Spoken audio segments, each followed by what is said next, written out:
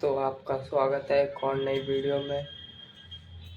तो आपने देखा होगा कि हमने पार्ट 1 में जो कि था इलेक्ट्रिक फील्ड का वन शॉट देखा था, जहाँ जहाँ पे हमने इलेक्ट्रिक फील्ड में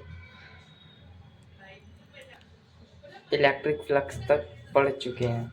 तो अब हम पार्ट 2 है जहाँ से हम आगे स्टार्ट करेंगे, जहाँ पर है हमारा पहला गॉस थ्योरम, पहला टॉपिक।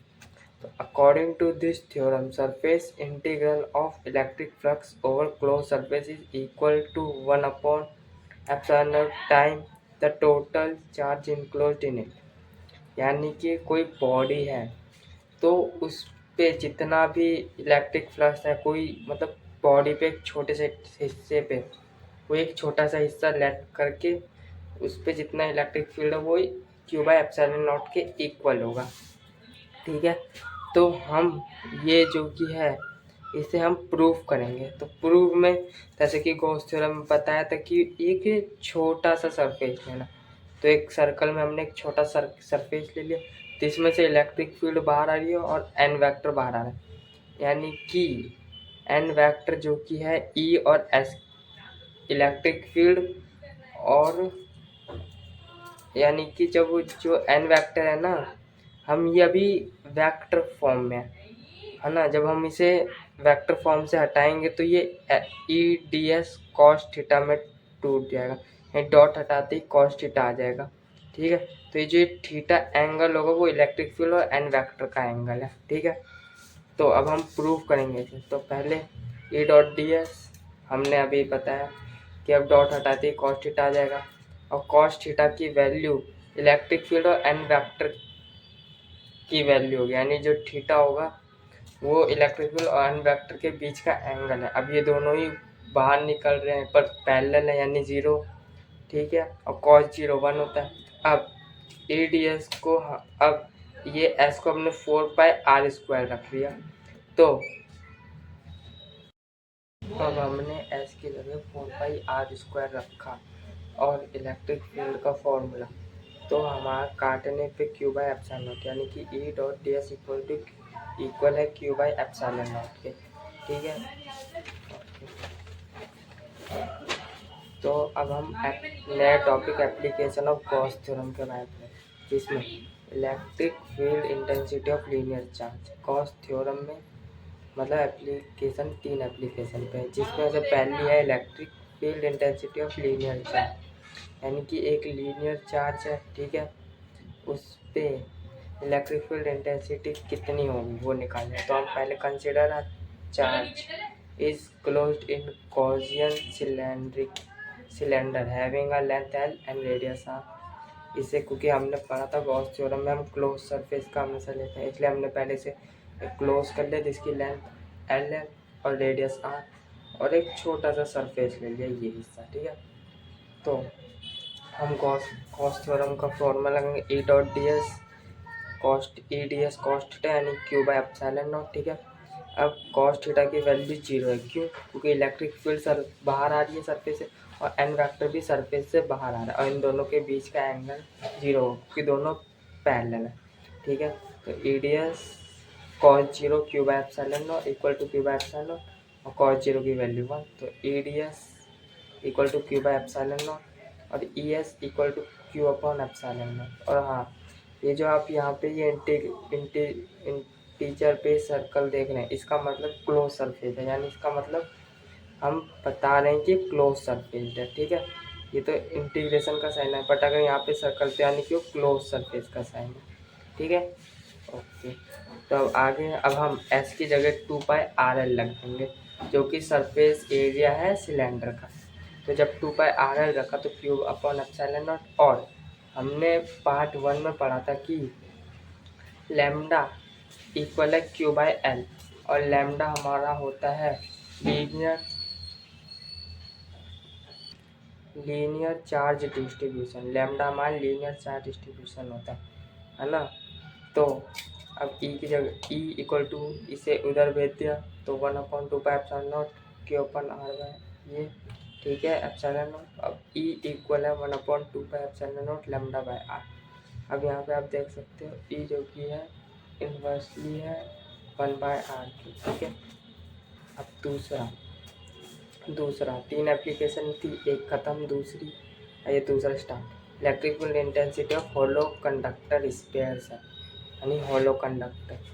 ठीक है, जिसमें बीच में इलेक्ट्रिसिटी नहीं होती। तो पहले हम एक सर्कल लेंगे और हाँ, इसमें हम 3 पोजीशन पर इलेक्ट्रिक फील्ड निकालेंगे। एक तो सर्कल के अंदर, एक सर्कल के सरफेस पे और एक सर्कल के सरफेस मतलब सर्कल से बाहर। ठीक है, आउटसाइड द सर्कल। अब हम consider a electric conductor of radius R having a charge Q is uniformly distributed. ठीक है, ओके। अब पहले हम आउटसाइड द स्पेस निकालेंगे, यानी आर है, एक बड़ा है कैपिटल आर से। ठीक है, तो हम पहले मान लेते हैं इधर एक पॉइंट पे यहाँ पे है। ठीक है, यहाँ पे ऑब्जेक्ट पे, तो हमने गॉस थ्योरम में पढ़ा था कि हमें क्लोज सरफेस चाहिए, वो भी एक छोटा सा है ds। तो हमने इसे क्लोज कर लिया। ठीक है, इलेक्ट्रिक फील्ड बाहर, एन वेक्टर भी बाहर। तो E D S cos theta equal to Q by epsilon nought. तो E D S equal to Q by epsilon nought, क्योंकि कॉस दोनों पैरेलल है इसलिए cos 0 1 होता है। तो E S equal to Q by epsilon और एस की जगह रख देंगे 4πr², सर्कल का सरफेस एरिया। ठीक है, अब जब इक्वल टू कैपिटल आर। ठीक है, हमारा डायग्राम यहाँ पे अपने एक स्मॉल सरफेस ले लिया ds, इलेक्ट्रिक फील्ड बाहर, एन वेक्टर बाहर। ठीक है, अब E dot D S equal है Q by epsilon nought cos theta, dot हटते ही कॉस थीटा की वैल्यू 0। तो E D S equal to Q by epsilon nought, E S equal to Q by epsilon nought. और हमने पढ़ा था part 1 में कि सिग्मा यानी कि एरिया चार्ज डिस्ट्रीब्यूशन इक्वल होता है, यानी sigma equal to Q by S, यानी क्यू इक्वल टू सिग्मा है। तो क्यू की जगह हमने सिग्मा एस को रख दिया, तो एस से एस कट गया, तो ई इक्वल हो गया सिग्मा अपॉन एप्सिलॉन नॉट। ठीक है, ओके। ठीक है, अब ये हमारा फॉर्मूला आ गया। ठीक, अब इनसाइड द सरफेस सर्कल, यहाँ पे हमने पॉइंट इस बार सरफेस के अंदर है, ये रहा पॉइंट। ठीक है, ये रहा पॉइंट, ओके। तो हम वही गॉस थ्योरम लगाएंगे, E dot D S equal to Q by epsilon naught. But Q 0 है, क्यों? क्योंकि इलेक्ट्रिक मतलब चार्ज 0 है। क्यों? क्योंकि कंडक्टर में चार्ज 0 है, कंडक्टर के बीच में चार्ज ऑलवेज 0 होता है, इसलिए इलेक्ट्रिक फील्ड भी नहीं होती। ओके, इसका डायग्राम मतलब ग्राफ एक बार देख लेते हैं ई और आर का। तो जब आर छोटा था कैपिटल आर से, तो इलेक्ट्रिक फील्ड 0 थी, ये रहा, क्योंकि कैपिटल आर इतना सा, यहाँ पर आर बड़ा है। ओके, तो ये, और अगर इक्वल है तो sigma upon epsilon nought, equal है तो सिग्मा अपॉन एप्सिलॉन जहाँ पे एकदम मैक्सिमम वैल्यू होती है, और अगर आर जो कि बड़ा है तो वही इलेक्ट्रिक फील्ड का फॉर्मूला आ जाएगा, यानी कि ग्राफ नीचे जितना दूर होते जाएगा इलेक्ट्रिक फील्ड कम हो जाएगी। अब हमारी तीसरी application, electric field intensity of dielectric charge sphere. Dielectric यानी इस बार बीच में भी चार्ज है, यानी इलेक्ट्रिक फील्ड बीच में 0 नहीं होगी। ठीक है, consider a dielectric sphere having a radius r and charge q is equally distributed such that electric field is determined at 3 position, यानी कि हम 3 पोजीशन में, जैसे पहले कहा था, एक अंदर सरफेस और एक बाहर। ओके, तो हम आउटसाइड निकालेंगे, वही same formula, outside A 1/4 Q by R square, surface पे सिग्मा अपॉन एप्सिलॉन नॉट, जो कि तो सेम ही है, लेकिन इस बार बीच में चार्ज आ गया, यानी यहाँ पे कोई वैल्यू अलग आएगी। तो हम वो कैसे देखेंगे, आइए देखते हैं। तो हमारा इनसाइड में रेडियस है, लेट कंसिडर टोटल, हम मान लेते हैं कि इस पूरे स्पेयर में क्यू चार्ज है, तो वॉल्यूम, इसका वॉल्यूम क्या होगा, 4/3 पाई आर क्यूब इक्वल है क्यू के, और 1, तो हम 1 ले लेते हैं तो ये डिवाइड में आ जाएगा, क्यू अपॉन 4/3 पाई r क्यूब। और अगर हम 4/3 पाई r क्यूब यानी इसका निकाल लें, इसका, इस एरिया का, तो इसका एक अलग फॉर्मूला आएगा वॉल्यूम का स्मॉल आर के केस में। ठीक है, तो ये आ गया मल्टीप्लाई में। और हमने मान लिया कि इसमें क्यू चाहिए, तो क्यू डैश इक्वल हो गया Q R cube small R cube upon capital R cube. According to Gauss theorem E D S cos theta equal to Q by epsilon naught. ठीक है, तो E D S equal to Q R cube upon epsilon naught. ठीक है, तो इस ई S equal to इसके आ गया। अब एस की जगह 4 पाई r² रख देते हैं, सर्कल का सरफेस एरिया।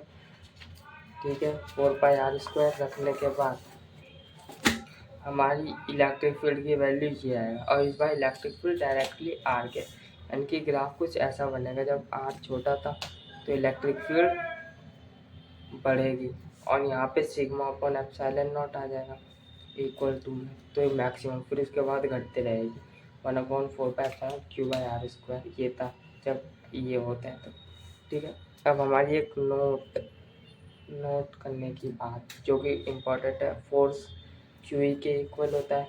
ठीक है, तो उसके हिसाब से प्लस क्यू और माइनस चार्ज के बारे में हम थोड़ी बातें करेंगे। तो फोर्स के केस में F equal to Q E होता है पॉजिटिव और नेगेटिव वाले, क्योंकि चार्ज पे मोड लगा हुआ। ठीक है, अब जहाँ पे इलेक्ट्रिक फील्ड जा रही है उधर ही, अगर मान लो इलेक्ट्रिक फील्ड के, मान लो एक जगह इलेक्ट्रिक फील्ड जा रही है, उसके अगर बीच में हमने प्लस क्यू रख दिया तो फोर्स भी इलेक्ट्रिक फील्ड के साइड लगेगा। क्यों? रीज़न भी क्योंकि इलेक्ट्रिक फील्ड पॉजिटिव से नेगेटिव जाती है, तो यानी कि जब ये पॉजिटिव चार्ज है तो नेगेटिव के पास ही तो जाएगी, तो इसलिए फोर्स इधर के इलेक्ट्रिक फील्ड की साइड लगे। उसी तरह अगर नेगेटिव है तो वो इलेक्ट्रिक फील्ड के अपोजिट लगेगी। क्यों? रीज़न क्योंकि पॉजिटिव से नेगेटिव जाती है इलेक्ट्रिक फील्ड, तो माइनस चार्ज तो पॉजिटिव पे साइड जाएगा ना, इसलिए इलेक्ट्रिक फील्ड के अपोजिट जाती है। ओके, अब हमारा एक अगला टॉपिक और important, torque experience by electric dipole and electric field. मान लो एक दो, ठीक है, तो हमने दो चार्जेस को पॉजिटिव चार्ज और नेगेटिव चार्ज को इलेक्ट्रिक फील्ड में डाले, वो भी 2a डिस्टेंस पे। तो हमने 2a पे निकाला और यहाँ पे एक थीटा एंगल है, तो इसका मतलब ये वाला cos थीटा हो गया और ये 2a sin थीटा। ठीक है, देख लीजिए आप एक बार। ठीक है, ओके, तो हम consider two charges Q having a distance 2a जिन्हें हम डायपोल लेंथ कहते हैं एट अ एंगल थीटा। ठीक है, अब हम टॉर्क निकालना है, तो torque equal to force into perpendicular distance होता है। तो फोर्स का फॉर्मूला भी हमने आगे वाले पेज पे पढ़ा था, और परपेंडिकुलर 2a sin थीटा। ठीक है, और अब डायपोल मूवमेंट का फॉर्मूला ये था, और हम इससे और इससे डायपोल मूवमेंट लिख सकते हैं। तो torque equal to P E sine theta, और वेक्टर फॉर्म में ये आ जाएगा क्योंकि साइन की जगह क्रॉस आ जाता है। अब ये 0 पे मिनिमम होता है, 90 पे मैक्सिमम, लेकिन ज़्यादातर CBSE क्वेश्चन में जब हमें टॉर्क निकालने के लिए देते हैं तो थीटा एंगल ना बोल के ओरिएंटेशन कहते हैं। तो ये आप याद रखना, ओरिएंटेशन कहते हैं, इसका मतलब थीटा ही होता है। ओके, और एक और चीज़, 0 पे ये स्टेबल होता है, 180 पे अनस्टेबल, बहुत इम्पोर्टेंट है, याद रखना ये दोनों। अब मान लीजिए इन यूनिफॉर्म इलेक्ट्रिक फील्ड में टॉर्क तो होगा, क्योंकि आप चाहे टॉर्क तो होगा ही। मान लीजिए अगर दो चार्जेज हैं, उनके बीच में यानी डाइपोल है, एक डाइपोल है, तो इलेक्ट्रिक फील्ड तो उस पर टॉर्क तो लगेगा ही लगेगा, बट फोर्स नहीं लगेगी। रीज़न क्योंकि एफ नेट इक्वल, क्योंकि देखो पॉजिटिव पे इधर की इलेक्ट्रिक फील्ड की और नेगेटिव पे, पॉजिटिव पे इधर की साइड, नेगेटिव पे इधर, तो एफ नेट इक्वल हो जाएगा F1 माइनस F2। ठीक है, तो वही क्या और फॉर्मूला ये, इसलिए 0 के इक्वल आ गया। But in non uniform electric field में टॉर्क तो होगा ही होगा, क्योंकि इलेक्ट्रिक फील्ड और डाइपोल है तो टॉर्क तो, बट फोर्स भी होगा। पहले में 0 था बट अब फोर्स की वैल्यू कुछ होगी। क्यों? क्योंकि जब हम एफ नेट निकालेंगे तो QE1 माइनस QE2 हो जाएगा, क्योंकि यहाँ पे अलग इलेक्ट्रिक फील्ड है और इधर एक अलग इलेक्ट्रिक फील्ड है, अभी तो नॉन यूनिफॉर्म इलेक्ट्रिक फील्ड है। ओके, ठीक है। और अगला टॉपिक, पोटेंशियल एनर्जी और work done to rotate dipole in electric field.